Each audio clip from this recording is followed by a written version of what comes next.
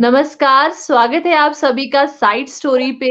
और आज हम आपके लिए लेकर आए हैं अपने बीच एक युवा और प्रगतिशील बागवान डिंपल पांचटा जी को, जिन्हें सामान्यतः लोग डिंपल पांचटा जी के नाम से जानते हैं, परंतु उनका नाम सुरेश पांचटा जी है। ये एक प्रगतिशील बागवान है जिन्होंने राष्ट्रीय स्तर पर बागवानी में बहुत ही छोटी उम्र में पुरस्कार प्राप्त कर हिमाचल को गौरव दिलाया है। डिंपल जी, सबसे पहले तो आपका स्वागत है हमारे कार्यक्रम में। धन्यवाद जी। सबसे पहले डिंपल जी, हम आपसे जानना चाहेंगे कि ये जो आप कृषि के क्षेत्र में इतना कार्य कर रहे हैं, जो आप इसके क्षेत्र में अपना रोजगार आपने शुरू किया है और बागवानी आप जो कर रहे हैं, इसका सफर का शुरुआत मतलब आपने शुरू से सोच रखा था कि आपको इसी क्षेत्र में आना है, या इसके पीछे का कोई संघर्ष है, कोई कहानी है जो हमें हमें जाननी चाहिए? सबसे पहले तो आपका धन्यवाद। तो जो ये सफर था, इसके पीछे एक कहानी है, बड़ी इंटरेस्टिंग कहानी थी। तो जब मैंने शुरुआत की, तो आपके सामने एक मोटिव होना चाहिए था। वो मोटिवेशन मुझे कहाँ से मिली? जब मैंने 96-97 में पहली बार में अपने मैं कोई बड़ा ऑर्चिडिस्ट नहीं था। सिर्फ मेरा जो ये सफर रहा, ये सिर्फ 42 बॉक्स के आसपास से शुरू हुआ था। तो जब उसको मैं मार्केटिंग करने मंडी में गया, तो उस दौर में बहुत सारे बागवानों के सेब इकट्ठे होके जाते थे। तो वहां पर मेरा एप्पल 10 रुपीज कम बिक गया। तो मैंने किसी से पूछा कि क्यों बिका?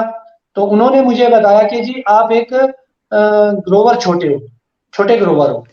तो अब मुझे इतना पता नहीं था कि ग्रोवर क्या होता। तो मैं घर जब आया तो पिताजी ने पूछा क्या बिका?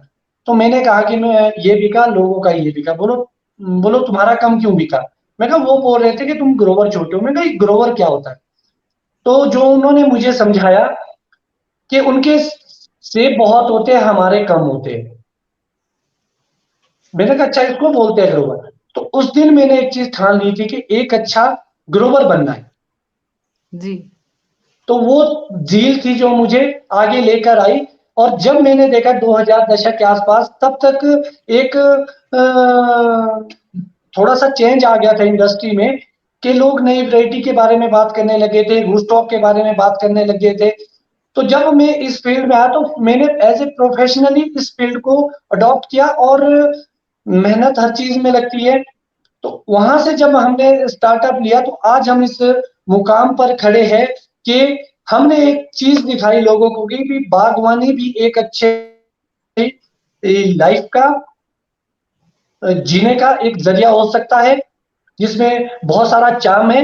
और भी जो मैं समझता हूं कि 140 और 50 करोड़ की आबादी में कितने लोगों को गवर्नमेंट, कोई भी गवर्नमेंट जॉब्स क्रिएट कर पाएगी। तो जो हमारे जी, बिल्कुल। प्रधानमंत्री जी भी बोलते हैं आत्मनिर्भर भारत, तो उस आत्मनिर्भर भारत के तहत उसी चीज को हम आगे लेके जा रहे हैं कि हमने अपने लोगों को जिस फील्ड में हम है उसमें ही महारत हासिल करनी है। तो उसी चीज को लेके हम चले हैं। और आगे का सफर बहुत लंबा है, अभी काफी लंबा चलना पड़ेगा। जी, बिल्कुल, आपने बिल्कुल सही बात बोली। हम समय-समय पर बोलते रहते हैं कि जो आजकल के युवा हैं, वो सरकारी नौकरी के पीछे इतना दौड़ते हैं कि एक जॉब के लिए लाखों आवेदन आते हैं। और ऐसे में बेरोज़गारी की समस्या पूरी तरह से देश को घेरे हुए हैं, ये हम सभी देख पाते हैं। तो आप उन सभी के लिए एक उदाहरण हैं। और इसी के साथ ही मैं जानना चाहूँगी कि आपने कितनी पढ़ाई की है और उसके बाद ये प्रोफ़ेशन को चुना है? क्योंकि बहुत सारे लोगों को ये गलतफ़हमी रहती है कि एक पढ़ा-लिखा इंसान बागवान नहीं होता।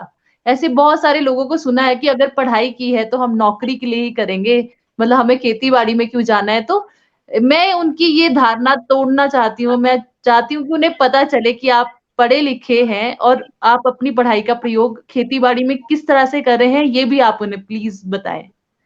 बिल्कुल, इसमें बहुत सारे पॉइंट्स है जिस पे हम डिस्कस कर सकते हैं। पहला पॉइंट जो मैं पहले बोल चुका हूँ कि हमारे पास, हमारे देश में इतनी बड़ी पॉपुलेशन है कि किसको जॉब्स मिलेगी। फर्स्ट थिंग ये कंप्लीट है। दूसरा जो बड़ी बात आती है कि एजुकेशन से जोड़ के, आज तो आपने देखा होगा जितनी भी प्लेटफॉर्म आज तक आपने सुने होंगे या पब्लिक ने सुने होंगे, कृषि प्रधान देश, कृषि प्रधान देश, कृषि प्रधान देश। लगभग 80% के करीब हमारे देश में कृषि आधारित है। क्या हमारा देश इतना इलिटरेट है कि भाई 80% जो लोग कृषि कर रहे हैं वो सारे पढ़े लिखे नहीं है? एक्चुअल में जब शिक्षा हॉर्टिकल्चर और एग्रीकल्चर में आती है तो उसको बेहतरी की ओर ले जाती है। एजुकेशन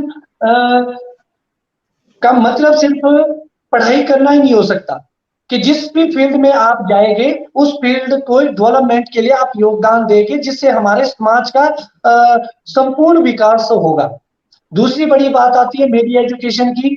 तो मैं ग्रेजुएट हूँ आर्ट्स में। बेसिकली मुझे लगता कि पढ़ना कोई बड़ा मैटर नहीं है या मुश्किल नहीं है, मगर फ्रीडम मेरा एक जी, चीज रहती है कि मुझे एम्प्लॉय बनना है कि ऑनर बनना है। बिल्कुल। आप जितनी मर्जी बड़ी मैं नौकरी के खिलाफ नहीं हूं या जो पढ़े लिखे उनके खिलाफ नहीं हूं, वो अपनी फील्ड में बेस्ट कर रहे हैं, मगर अपनी अपनी धारणा है कि मेरी ये धारणा कि मुझे मालिक बनना है या सर्वेंट बनना है। तो जो बिल्कुल। हमारी हॉर्टिकल्चर एग्रीकल्चर है, जितनी भी लैंड पे हम कल्टीवेटेड लैंड पे बागवानी या कृषि कर रहे हैं उसके हम मालिक है और जी, किसी के अंडर आप नहीं है। आप अपनी मर्जी से जो आपका दिल करे वो पहन सकते हैं, जहां आप घूमना चाहे, जो आप लग्जरियस लाइफ जीना चाहे, किसी से नहीं पूछना, जो आपने करना है वो आप अपनी फील्ड में कर सकते हैं। तो शायद एक ऐसी जिंदगी इंसान को बहुत अलग लाइफ की ओर ले जाती है। अब आपने सुना ही होगा आज मैं देश के हमारे राष्ट्रपति जी का संबोधन सुन रहा था। उन्होंने एक चीज जी, बोली कि हमको बोला जाता है कि 5 लाख सैलरी मिलती है, सबसे ज्यादा पे मिलती है उनको। उन्होंने कहा कि 3 लाख तो मैं टैक्स में दे देता हूं, उसके बाद बची 2 लाख रुपए। अगर सबसे बड़ी सैलरी होल्डर की सैलरी सिर्फ 24 लाख है, जो कि जी, बागवानी और एग्रीकल्चर में मेरे हिसाब से बहुत कम है। लोग आज जी, करोड़ में पैसे कमा रहे हैं। तो एक अच्छी लाइफ के लिए जरूरी नहीं कि आपकी शिक्षा शिक्षा का होना बहुत ही जरूरी है कि आपकी ओवरऑल डेवलपमेंट कैसी होती है, अच्छा बोलना, अच्छा उठना बैठना, आप सामाजिक उसमें कैसे जीते हैं, इसके लिए एजुकेशन का होना बहुत जरूरी है। मगर आप कृषि और बागवानी को उससे जोड़ नहीं सकते कि उसके बगैर अधूरी है, शिक्षा के बगैर बागवानी अधूरी है। मगर जी, आज अगर मैं अपने सेब बहुल इलाकों की बात करूं, हमारे यहाँ 95 टू 98% ऐसे बच्चे हैं जिन्होंने लास्ट में कृषि और बागवानी करनी है। कितने लोग जी, नौकरी जॉब्स ले पाएंगे? तो उनका पढ़ा लिखा होना बड़ा जरूरी है और आना हमें इस फील्ड में है। क्योंकि एक चीज याद रखना, जीने के लिए लोग बोलते हैं ऑक्सीजन जरूरी है, मगर मैं बोलता हूं कि भोजन जरूरी है। बिल्कुल। ऑक्सीजन तो तब लेगा जब इंसान जिंदा रहेगा। जिंदा तब रहेगा जब अन्नदाता होगा किस पूरी वर्ल्ड में, जब पैदा होगा जी, तो उसको खाएगा। तो ये एक चीज बड़ी महत्वपूर्ण है कि आप इसको नहीं जोड़ सकते। और जो जिंदगी एक बागवान और एक एग्रीकल्चर से रिलेटेड, क्योंकि agri horticulture part of agriculture, तो हमें ज्यादातर हॉर्टिकल्चर चाहता हूँ, मैं हॉर्टिकल्चर की ज्यादा बात करूँ। जो लाइफ आप इसमें जी सकते हो वो शायद एक जॉब्स में नहीं मिल सकती आपको। बिल्कुल, बिल्कुल। आपने बिल्कुल सही बात कही डिंपल जी और ये हमारे लिए गर्व की बात है कि आपने इतनी जो एक थिंकिंग होती है ना कि हमें दूसरों को रोज़गार उत्पन्न करके देना है। आपकी वजह से बहुत सारे लोगों को रोज़गार मिल रहा है। ये अपने आप में ही एक गर्व की बात होती है कि हम किसी के पास नहीं जा रहे, हम लोगों के लिए रोज़गार पैदा कर रहे हैं। और यदि सभी के अंदर ये सोच आ जाएगी तो मुझे लगता है कि देश बहुत जल्दी तरक्की की राह पर अग्रसर हो जाएगा। इसके बाद मैं आपसे जानना चाहूँगी डिंपल जी कि आपने बोला था कि पहली बार आपकी 43 पेटियाँ निकली थी सेब की और अभी मुझे जहाँ तक पता है कि आप 2500 पेटियाँ आपके 13 बीघा ज़मीन से निकलती हैं। तो ये जो 43 से 2500 तक का सफ़र, इसमें आपकी क्या संघर्ष रहा? किस तरह से मतलब अपने आप में ही बहुत बड़ी बात है कि आपके 43 पेटियों से 2500 पेटियाँ सेब की निकालना उसी जगह से। मैं उसका सफर जानना चाहूंगी। एक्चुअल में जब मैं बागवानी के फील्ड में आया, मेरे एक कजन ने मुझे जो मैं अपना गुरु भी मानता हूँ एक तरह से उनको, स्टार्टिंग पहला कदम रखने में उन्होंने मेरी हेल्प की। तो जो मैंने उनसे सीखा, दो चीजें बड़ी महत्वपूर्ण सीखी कि जो सेब लगता है वो बड में लगता है, बीमे में लगता है। और दूसरी बड़ी बात जो मैंने उनसे सीखी कि सेब के लिए पॉलिनेशन चाहिए। तो जब मैं अपने ऑर्चर्ड में गया जो पिताजी ने लगाया था, तो उसमें मेरे पास दोनों ही चीजें नहीं थी। ना मेरे पास बड था, ना मेरे पास पॉलिनेशन था।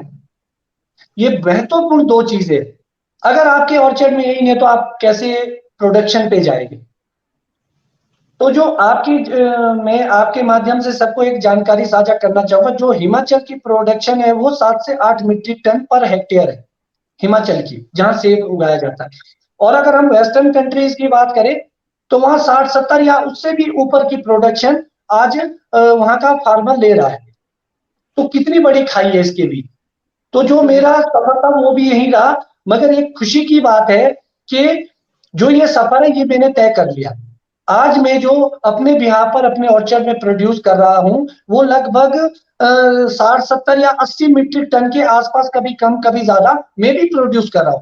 अब मेरा एक बड़ा क्वेश्चन है कि अगर मैं प्रोड्यूस कर सकता हूं तो मेरा बागवान क्यों नहीं प्रोड्यूस कर सकता? तो उस सफर में मैंने बड पे ध्यान दिया। आप देखते होंगे, लोग देखते होंगे, अमूमन मेरी प्रूनिंग ट्रेनिंग की प्रशिक्षण चलता रहता है।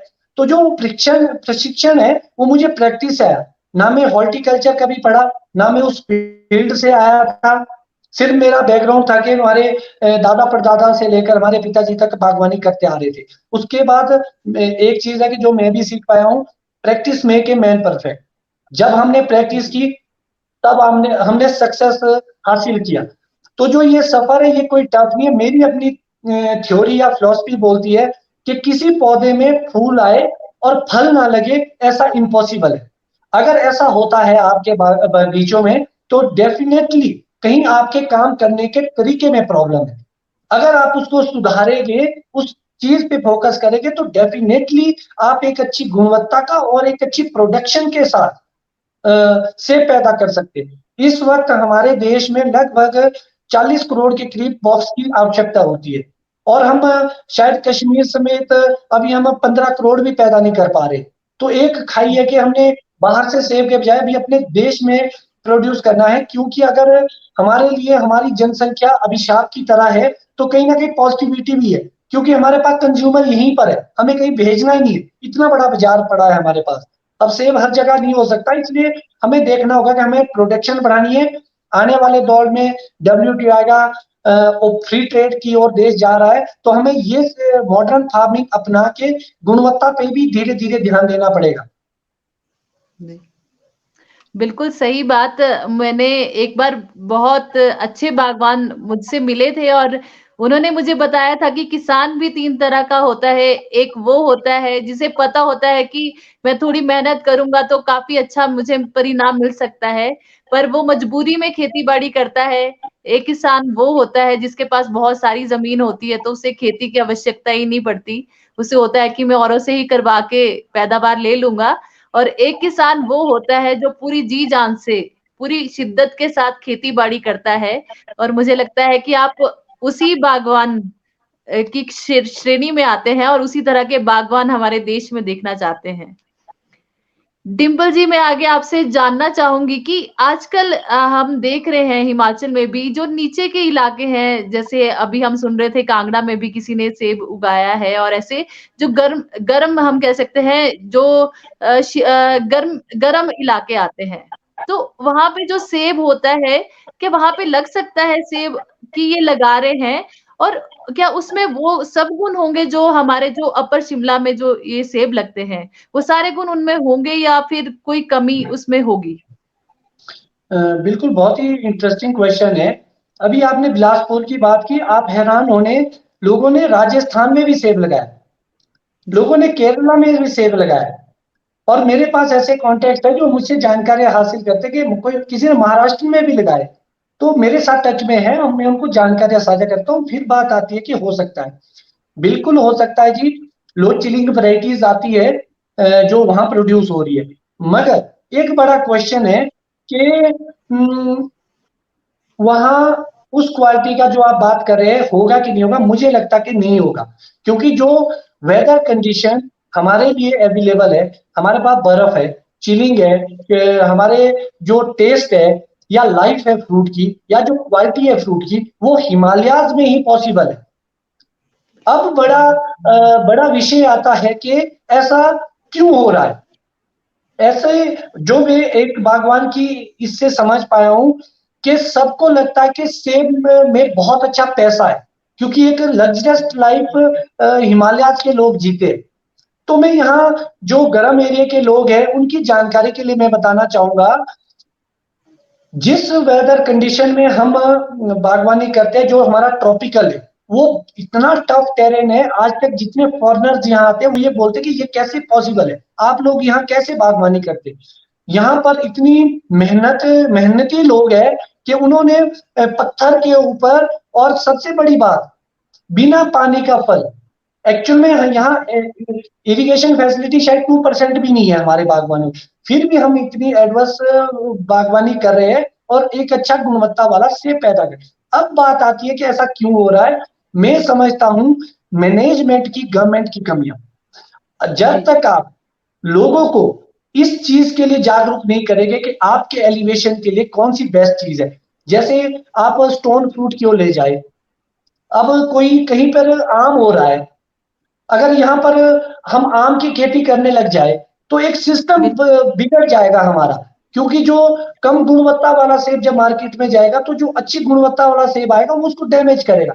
गवर्नमेंट को एक पॉलिसी ऐसी भी करनी चाहिए कि एरिया वाइज, जैसे देश वाइज या क्षेत्र वाइज या स्टेट वाइज, अब स्टेट कि आप लोग फलानी चीज लगाइए, कहीं प्लम की बागवानी कराइए, कहीं आड़ू की करवाइए, कहीं बादाम की करवाइए, कहीं आम की करवाइए, कहीं केला उगाइए, तो नींबू उगाइए।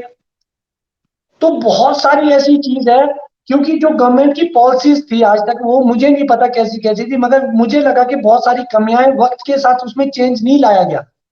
जब तक आप एरिया वाइज बागवानी और कृषि को निर्धारित नहीं करेंगे, तब तक एक असमंजस की स्थिति पैदा होती रहेगी, जिससे हर आदमी का नुकसान है। वो हमारा नुकसान भी है और उनका नुकसान भी है। हो सकता है कि वो अपना प्रीशियस वक्त उस चीज में खत्म कर रहे हैं जिसका उनको बेनिफिट ही नहीं मिलेगा। गवर्नमेंट को ऐसी क्लियर पॉलिसीज पे काम करना पड़ेगा कि आपको निर्धारित करना होगा। अगर मैं इसकी परिवेश में एक बात करूं, तो जो वेस्टर्न कंट्रीज है जहां सेब होता है, चाहे चाइना, अमेरिका, इटली, न्यूजीलैंड, कहीं भी आप ईरान की बात कर दीजिए, तो वहां पर कोऑपरेटिव सिस्टम बड़ा डेवलप है। वहां जो होगा कोऑपरेटिव सिस्टम होगा, और वहां का जो क्राइटेरिया वो गवर्नमेंट डिसाइड करती है कि आप लोग 20 साल तक ये वाली वैरायटी इतने परसेंट उगाएंगे, ये वाली इतने प्रतिशत उगाएंगे, ये वाली इतने प्रतिशत उगाएंगे। तो वहां एक मैनेजमेंट है, जो हमारे भारतवर्ष में ही यहाँ मिसमैनेजमेंट की वजह से ऐसी प्रॉब्लम्स क्रिएट हो रही है। आज 7,000 फीट की हाइट या 9,000 की फीट की हाइट वाला एक गर्म क्षेत्र का चीज पे काम कर रहा, तो वो फेल हो जाएगा। शौकिया तौर पे आप थोड़े से किचन गार्डनिंग कर सकते हैं, मगर लॉन्ग टर्म में ये चीजें सक्सेसफुल नहीं होगी आप लोगों के लिए। तो इससे सारा सिस्टम बिगड़ेगा। इसमें गवर्नमेंट को as soon as possible initiative लेके इन चीजों को निर्धारित करना पड़ेगा कि हमारा कौन सा बागवान, कौन सा कृषक कृषि एग्रीकल्चर में क्या करना चाहता है, क्या उगाने के लिए उपयुक्त है। तो एक ऐसी रोड मैप तैयार करना पड़ेगा जिससे कंफ्यूजन ना हो हमारे देश के किसान और बागवानों के बीच, क्योंकि हम लोग देश को पालते हैं। तो इसलिए एक रिस्पॉन्सिबिलिटी होनी चाहिए गवर्नमेंट की कि इस चीज में इंटरफेयर करके एक अच्छी ब्लूप्रिंट तैयार करके बागवानों और लोगों के बीच प्रेजेंट करें। जी, बिल्कुल। आपने जो जानकारी हमें दी वो बहुत अच्छी थी और मुझे ऐसा लगता है कि प्रकृति ने पहले ही हमारे जो देश को है या इस ये जो ज्योग्राफिकल एरियाज़ हैं, उनको इस तरह से बना रखा है कि कौन-सी फसल कहाँ पे उगनी चाहिए। अब जो चीज़ें हम अब जैसे ये खेती होती है, जो हरियाणा में खेती होती है या पंजाब में होती है, अगर हम वो हिमाचल में करने लग पड़े, तो कहीं न कहीं वो हम प्रकृति को एक तरह से चैलेंज कर रहे हैं कि जो आप उन्होंने हमें सुविधाएँ दे रखी है या आशीर्वाद दे रखा है, उसके साथ खिलवाड़ है। तो मुझे लगता है कि आपकी बात बिल्कुल सही है कि जो जैसा है, जो जिस तरह से निर्धारित किया गया है, उसे वैसे ही रखना चाहिए।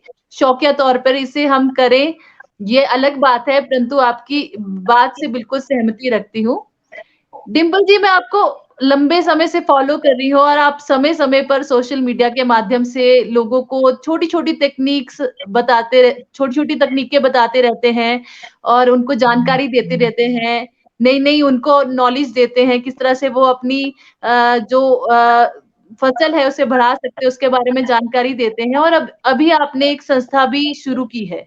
तो उस संस्था के बारे में मैं जानना चाहती हूँ कि उस संस्था के माध्यम से आप क्या काम करना चाहते हैं और इसका क्या लाभ लोगों को होगा?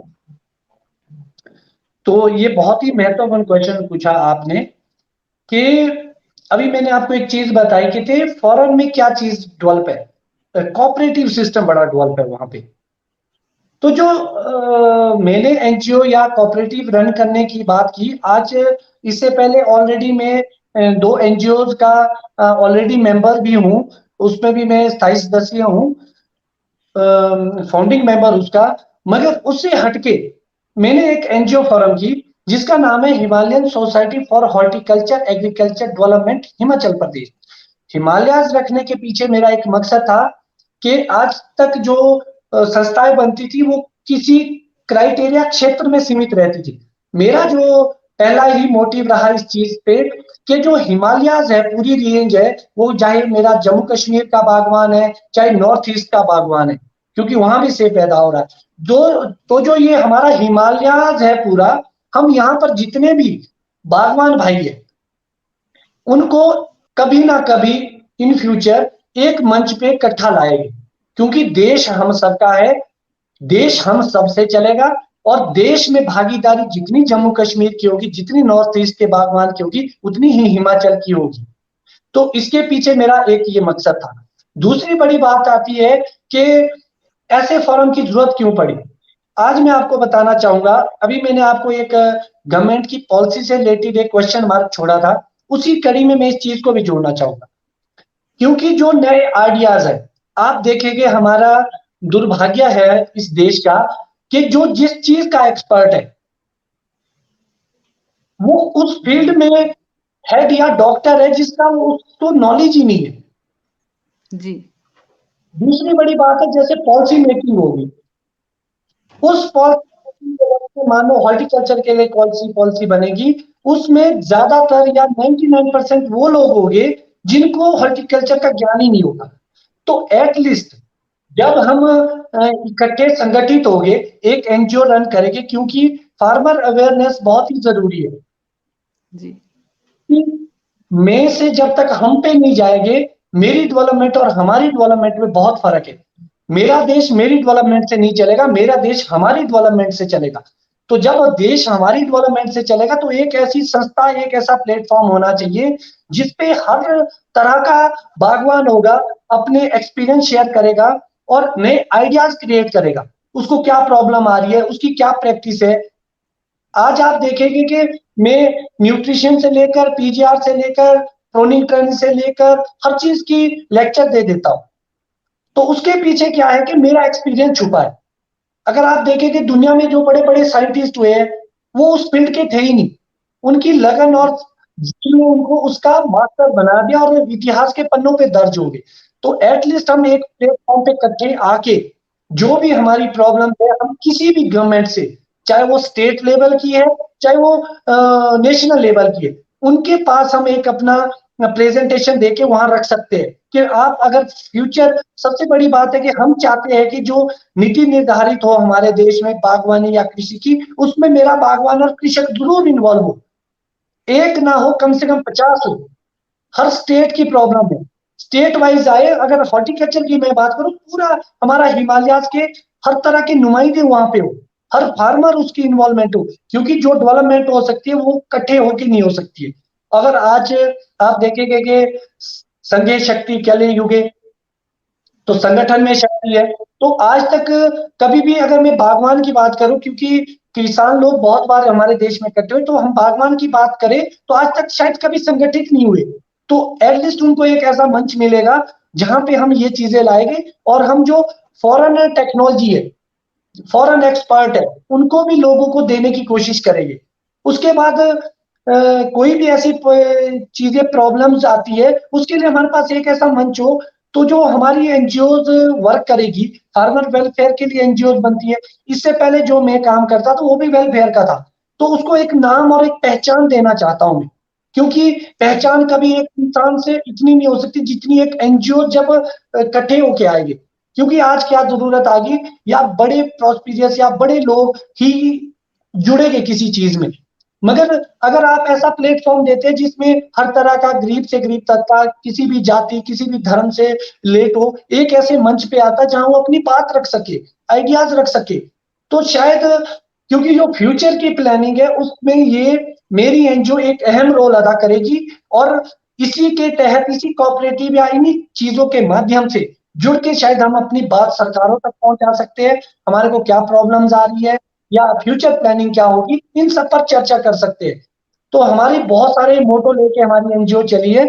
और जो मेरा अपना टारगेट रखा है मैंने, टारगेट बेस्ड है, ऊपर भी हो सकता है, शायद उतना भी ना अचीव कर पाए, मगर अगर लोगों का साथ होगा, लोग जुड़ना चाहेंगे और इंडस्ट्री में चेंज लाना चाहेंगे, तो डेफिनेटली हम उस टारगेट को अचीव करेंगे। मेरा जो प्राइमरी है, अभी हमने सिर्फ हिमाचल में रन की है, तो जो हिमाचल की मैं बात करूं तो लगभग 20,000 के करीब मैंने टारगेट रखा कि फोरम पे हम 20,000 बागवानों को लाएंगे।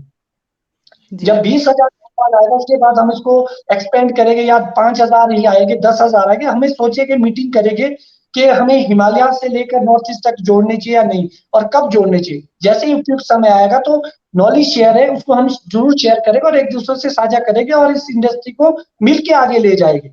क्योंकि आज जो नींव हम रखेंगे वो हमारे सुरक्षित और उज्जवल भविष्य की ओर हमारे को ले जाएगी।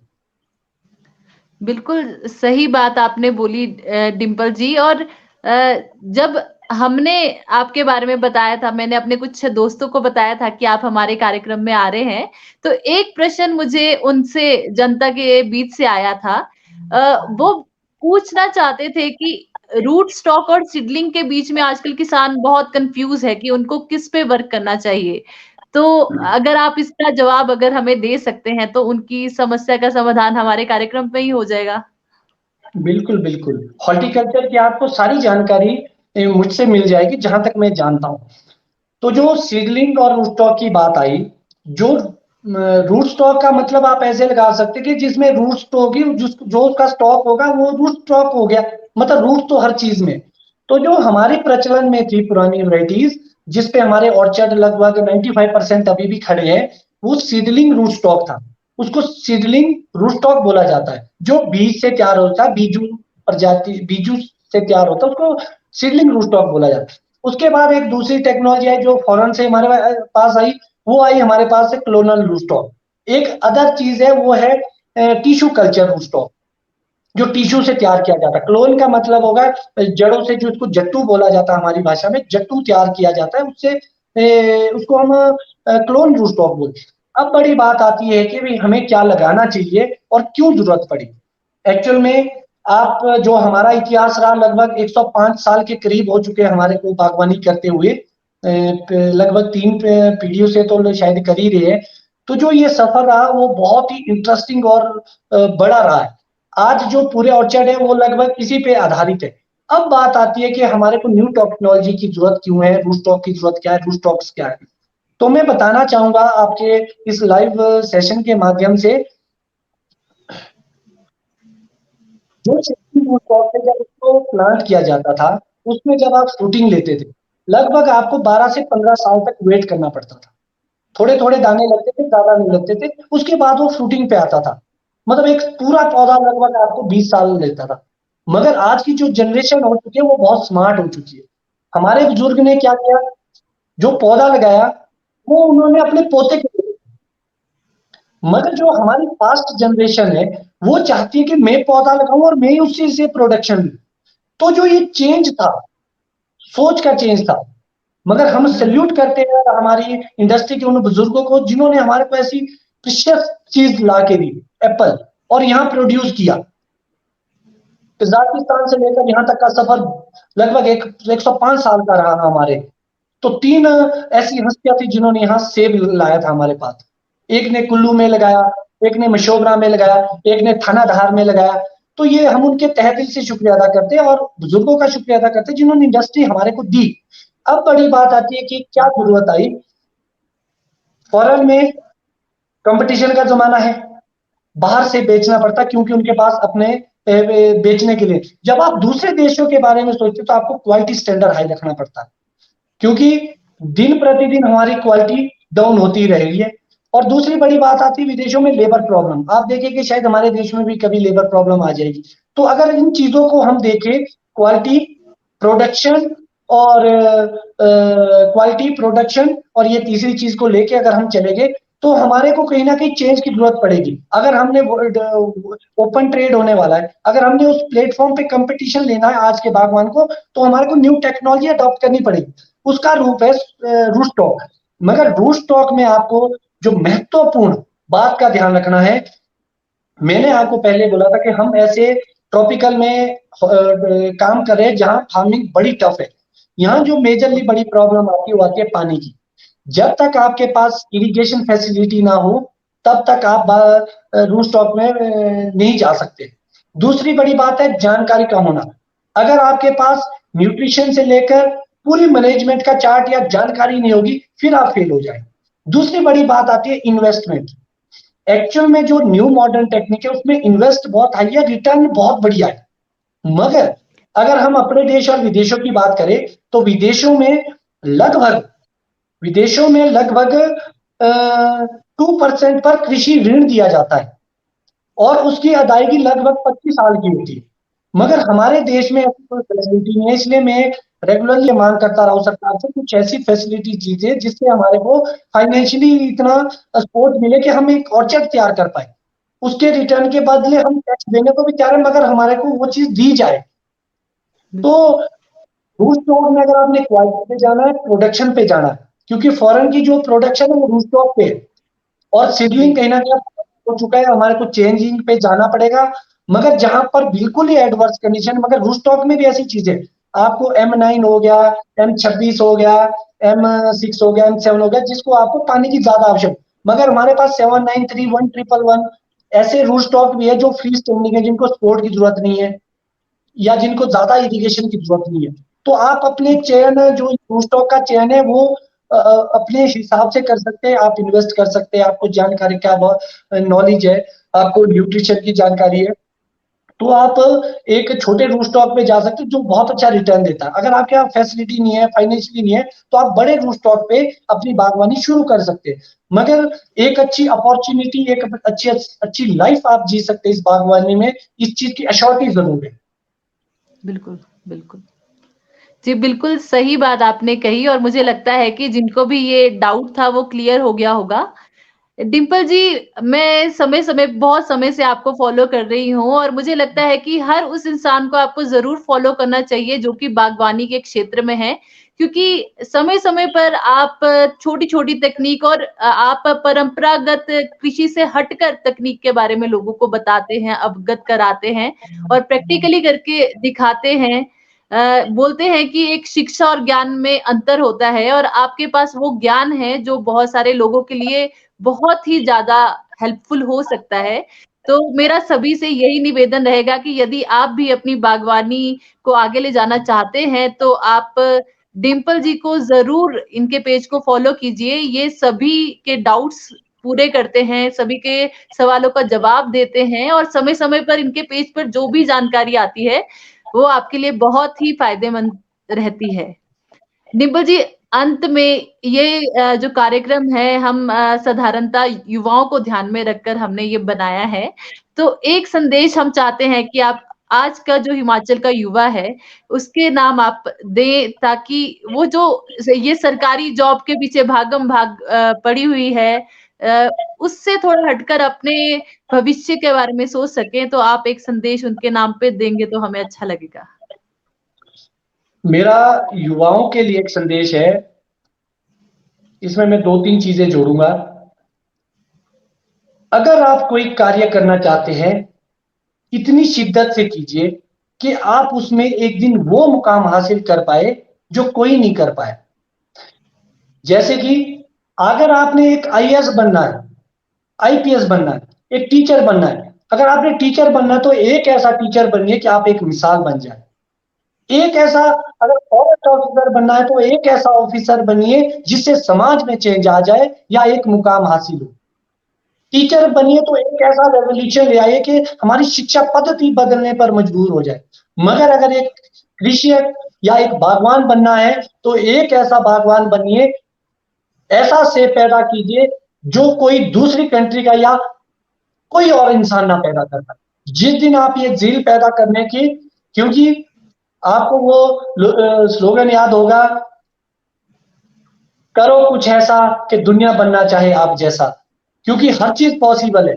और दूसरी बड़ी बात है, आज हमें डिसाइड करना पड़ेगा। अगर मैं हिमाचल की बात करूं, आपने देखा होगा उड़ता पंजाब के बाद आज उड़ता हिमाचल की बातें आने लगी है। जी। आप युवाओं को ये देखना पड़ेगा कि आपका भविष्य क्या है। मेरा मानना ये है, शिक्षा का मेन मकसद सिर्फ एजुकेशन लेना नहीं, आप समाज में कैसे रहते हैं, कैसे उठते बैठते हैं, अपनी समाज की डेवलपमेंट में क्या योगदान देते हैं, ये शिक्षा का मेन मकसद होना चाहिए। उसके बड़ी बात आती है कि जिस दिन आप आत्मनिर्भर बनेंगे, उस दिन आप दूसरों को भी आत्मनिर्भर बनाएंगे। अगर बागवानी की मैं बात करूं, हम इंप्लॉयमेंट लेने के लिए नहीं, हम तो इंप्लॉयमेंट देने वाले लोग हैं।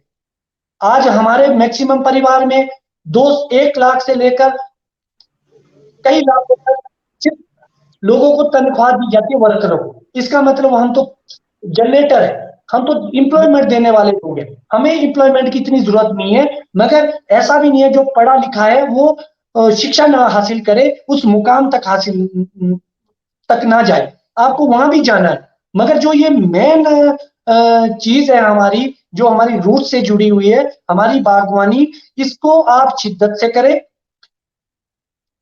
बहुत बार ऐसा फक्र देखा होगा आपने कि लोग बोलेंगे ये किसका बेटा है या बेटी है। जी। बड़ा फक्र होता है कि जब कोई ये बोले कि ये किसके माँ बाप है। तो ये मुकाम आप तब हासिल कर सकते हैं जब आप दिलो जान से कोई काम करेंगे। और हॉर्टिकल्चर और एग्रीकल्चर में इतना स्कोप है, और हमारे यहाँ डेवलप के साथ साथ हमारी टूरिज्म अब इन्वॉल्व हो गया। इको टूरिज्म के तहत होम स्टे चल रहे। आपने देखा होगा भी हमारे नलखी क्षेत्र में महेंद्र सिंह धोनी आ गए, बहुत जल्द बड़े स्टार्स आएंगे।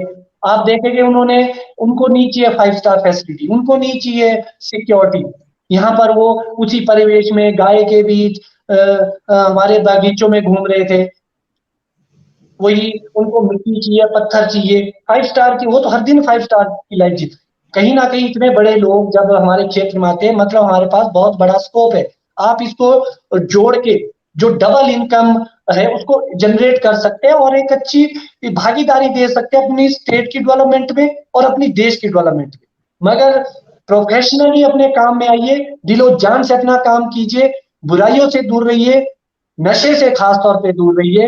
क्योंकि हम उड़ता हिमाचल नहीं, उठता हुआ हिमाचल देखना चाहेंगे, जिसकी भागीदारी और दुनिया के नक्शे पे हमेशा चिन्हित होगा कि हिमाचल के लोग कैसे हैं, हिमाचल का बागवान कैसा। बिल्कुल। डिंपल जी, आपकी बात सुनकर मुझे 2 पंक्तियाँ याद आ रही है, जो हमेशा मेरे दिमाग में रहती है कि पिता की दौलत पे क्या घमंड करना। घमंड तो तब होना चाहिए जब दौलत अपनी हो और घमंड पिता करे। तो वही बात आपके ऊपर बिल्कुल सटीक बैठती है, और मुझे लगता है कि हर इंसान को यही सोचना चाहिए कि जिस दिन उसके माता-पिता को उस पे गर्व हो जाए, वही उसकी सफलता है, असली सफलता वही है।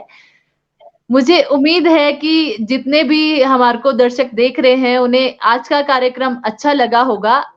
आपको डिंपल जी से मिलकर कैसा लगा? और किसी भी तरह का अगर आपके मन में कोई सवाल होगा, तो आप कृपया कमेंट के माध्यम से हमें ज़रूर भेजें। और डिंपल जी, मैं आपका बहुत-बहुत धन्यवाद करती हूँ कि आप हमारे कार्यक्रम में आए। आपने अपने इतने बिज़ी शेड्यूल से समय निकाल कर हमें दिया। इसके लिए आपका बहुत-बहुत धन्यवाद। और जितने भी दर्शक हमें देख रहे हैं, मैं उन्हें कहना चाहूँगी कि आपको डिंपल जी से ज़रूर प्रेरणा लेना चाहिए, क्योंकि ऐसा कोई भी इंसान जो हमारे प्रदेश का गर्व बन जाता है, जो पूरे देश में नाम रोशन करता है, कुछ हटके करने की हिम्मत रखता है, उससे यदि हमने प्रेरणा नहीं ली, तो हमने क्या किया? और सबसे अच्छी बात ये है कि हम आपके सामने हिमाचल के ही लोगों को लेके आते हैं, जिनमें कूट-कूट कर इंस्पिरेशन भरी हुई है, जिनसे हमें बहुत कुछ सीखने की ज़रूरत है। तो हम तो यही कहना चाहेंगे कि डिंपल जी से बहुत कुछ सीखने को मिलता है और मिलेगा। तो आप सभी को भी कोशिश करनी चाहिए कि इनके पेज को फ़ॉलो करें, इनसे सीखें और इतनी छोटी आयु में इन्होंने जो अचीवमेंट की है, वो कहीं न कहीं कल को आपकी भी हो सकती है। इसी के साथ ही मैं आप सभी का बहुत-बहुत धन्यवाद करती हूँ। डिंपल जी, अगर आप कुछ धन्यवाद। कहना चाहते हैं तो आप कहें, इसके बाद हम कार्यक्रम समाप्त करते हैं। आपने जो ये मुहिम चलाई है, मैं आपको भी सलाम करता हूँ, क्योंकि मैसेज ट्रांसफर करना, न्यूज़ ट्रांसफर करना, सोशल मीडिया के माध्यम से आज सोशल मीडिया इतना तेज़ है कि आप एक चेंज ला सकते हैं। जो चेंज मैं ला रहा हूँ अपनी इंडस्ट्री में, वो चेंज आप भी ला रहे हैं, क्योंकि लोगों के व्यूज़, लोगों की मोटिवेशन आप ऐसे लोगों, ऐसे बच्चों तक, ऐसे पेरेंट्स तक पहुँचा रहे हैं कि शायद वो पॉसिबल ही नहीं था। तो ये एक अच्छी मुहिम आपने चलाई है कि आप ऐसी चीज़ों को रेगुलरली करके आते हैं। मैं भी बहुत बार आपको फ़ॉलो करता हूँ, बहुत सारी चीज़ों को देखता हूँ। तो ये बहुत ही अच्छा है और हर चीज़ पे एक माला की तरह हम लोग पिरोए हुए हैं। आप एक कड़ी है, हम एक कड़ी है, तो ये जो जीवन चक्र है, ये ऐसे ही चलता रहेगा। मगर आप और हम या हमारी तरह बहुत सारे लोग अपने देश की उन्नति में योगदान दे रहे हैं और बहुत जल्द हम विश्व गुरु बन के दिखाएँगे और वो मुकाम हासिल करेंगे, जिस चीज़ के लिए हम जाने जाते थे, सोने की चिड़िया कहा जाता था, शायद हम उस चीज़ को दोबारा से अपना गर्व वापस लेके अपने देश को मजबूत कर सकते हैं। तो आपका धन्यवाद, आपने मुझे मौका दिया और मेरे पॉइंट्स मेरे व्यूज़ लोगों तक पहुँचाए, तो इसके लिए मैं आपका तहे दिल से आपकी इस मुहिम का तहे दिल से शुक्रिया अदा करता हूँ। जय हिंद, जय भारत, जय हिमाचल, जय बागवान, जय किसान। बहुत-बहुत धन्यवाद डिंपल जी आपका और इसी के साथ ही मैं सभी दर्शकों से अनुमति लेती हूँ कार्यक्रम संपन्न करने की।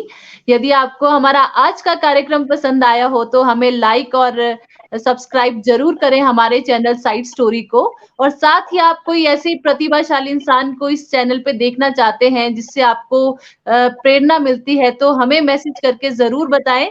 ये हमारा आपसे वादा है कि हम उसे यहाँ पर लेकर आएँगे और उनकी मेन स्टोरी, साइड स्टोरी पे आपको ज़रूर दिखलाएँगे। इसी के साथ ही आप सभी का बहुत-बहुत धन्यवाद। धन्यवाद। नमस्कार।